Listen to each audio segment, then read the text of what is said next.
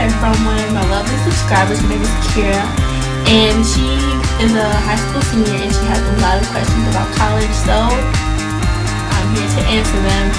She sent me the sweetest letter and she just seems so nice, and she had a lot of questions, so I'm not going to read the letter, but I'll go over the topic she asked about in the letter, okay? So, the first thing she brought up was that she was talking about her roommates and she's worried about them bringing in drugs, alcohol, and boys into the room.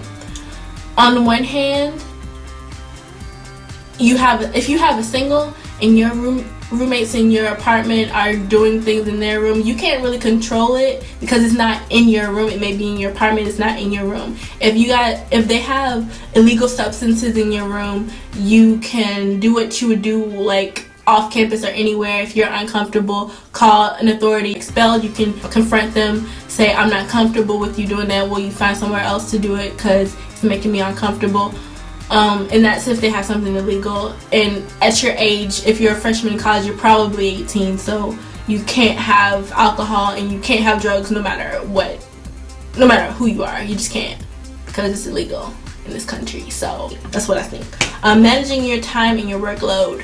It's not hard to manage. Well, it is hard to manage your schoolwork if you have a bunch of extracurricular activities. When you first get there, you're a freshman, unless you're, were recruited to some kind of sport, you probably won't have that much problem with sports and activities like that.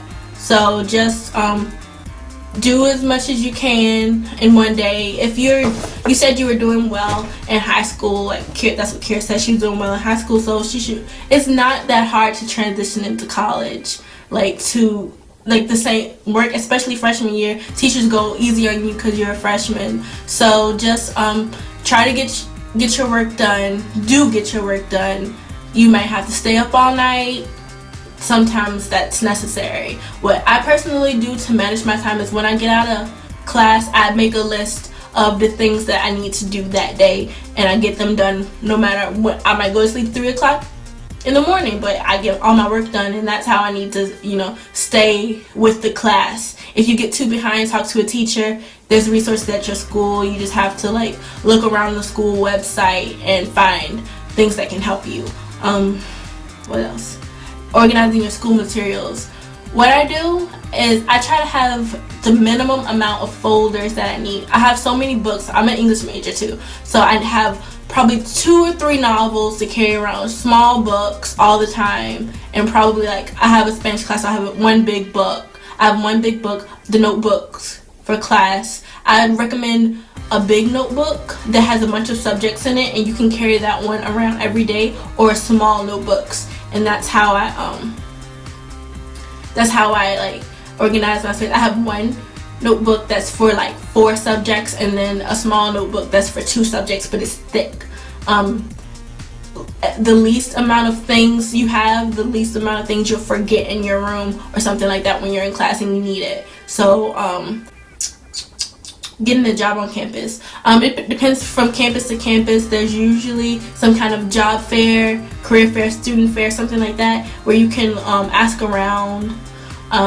Personally, I work for a tutoring organization, and there's lots of those around my campus, so that might be at your campus. You can usually any kind of student center that you might have on campus, a student union, something like that. You can go to that. I suggest browsing your school's website and trying to find if there's something on there, type in careers for students or jobs for students, and around the area around your school, go around and ask for applications, stuff like that. Keeping the weight of freshman 15. What I always say is just don't eat more than you usually eat for the freshman 15. If you don't eat a lot at home, once you get to school, just because you have a meal plan with 3 meals a day doesn't mean you have to eat that much. Even if you eat 3 meals a day, you don't have to have pizza, a quesadilla, chicken, a salad, a sandwich. You don't need all this food. All this food is there in front of you, but that doesn't mean you have to eat it all. So just get moderate amounts.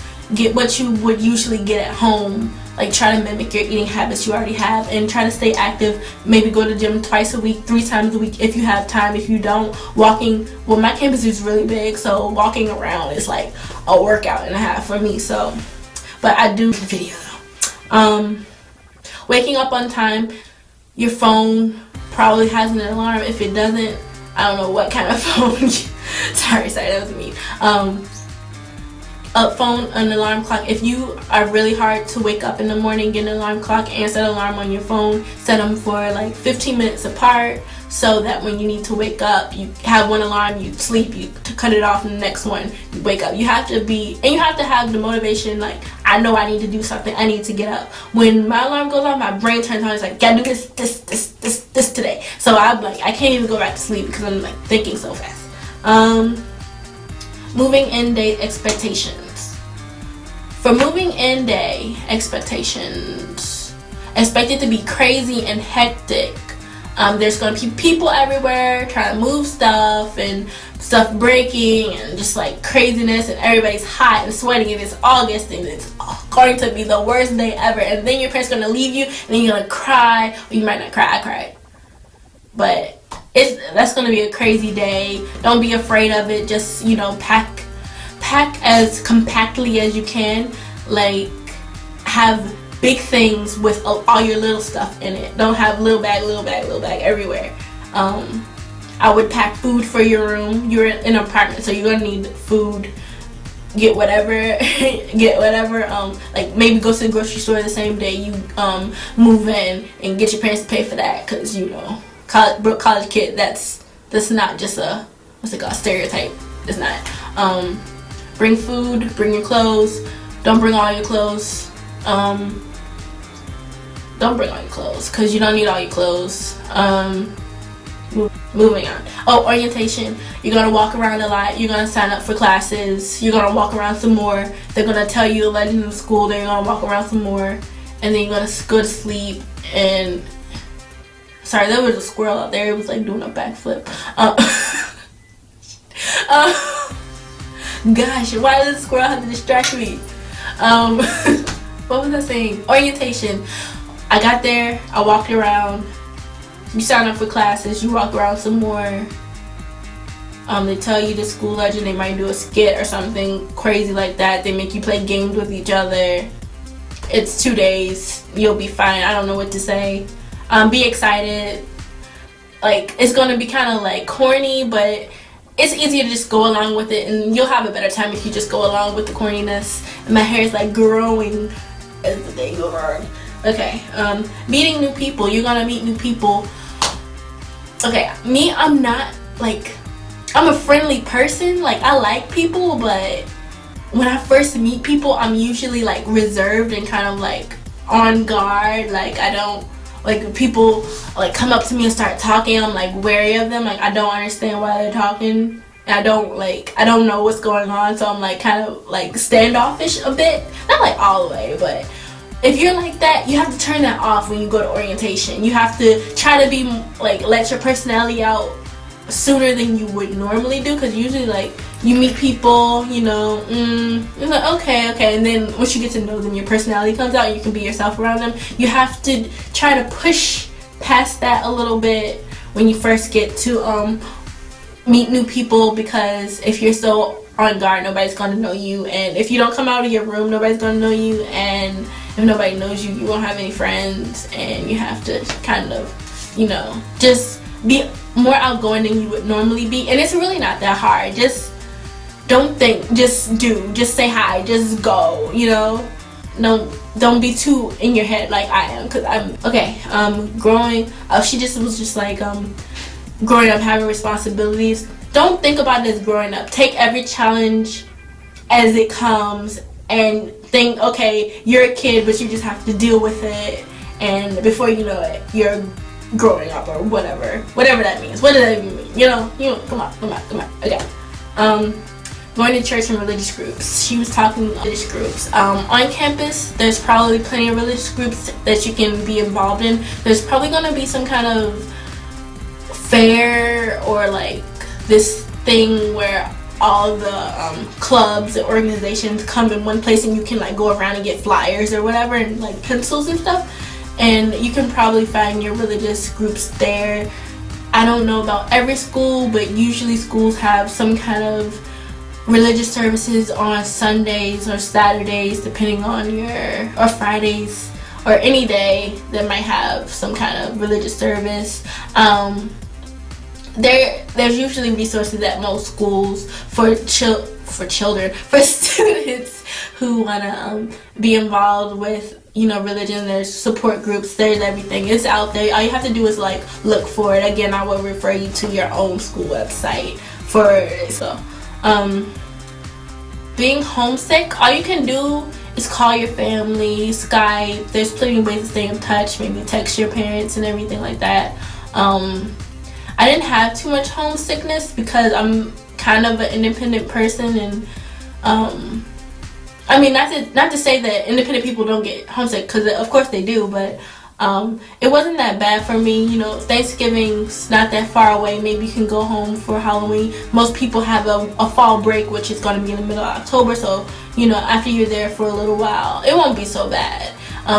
Just go into it with the most positive attitude you can, and know that you love them, they love you. You can talk to them anytime you need to, and know they won't be there for you, but it's time to branch out and learn to deal with different situations on your own. So you have them to support you. You'll meet new people who are there to support you and going the same thing, so don't worry too much about it. I know I'm telling you like don't worry about it, but it's kind of true. It'll come, challenges will come and they'll go, and you'll be stronger for it. So yeah. And your last bit of high school, what you can do to prepare yourself is to enjoy the heck out of it. I will tell you that once, and I will tell you again. Definitely enjoy everything you can about your last days of high school, senior skip day, senior picnic, or whatever you guys might have, prom, graduation. Take pictures, enjoy every second of it, because that's it. There's no more high school. After you graduate, there is no more high school for you ever. So just enjoy it. Don't worry about trying. I mean, you already took the SAT, you already got into college. Don't worry about studying yet. You will have to study for the next 4 years. Take these what is it, the third month? Take these next 5 months to enjoy yourself until you have to start school in the fall. Enjoy it. Don't worry about it. I mean, don't skip school or anything. You still have to go to school, but just enjoy yourself. Worried about if you go in thinking you're gonna fail, you're more likely to fail. If you go in thinking you're gonna succeed, you're more likely to succeed. So Kira, I'm gonna tell you right now, if you're worried about failing, that's the wrong mentality. You need to change your mentality to a more positive one, when you're like, okay, I'm gonna do everything. If I do the things I'm supposed to do, I can't fail.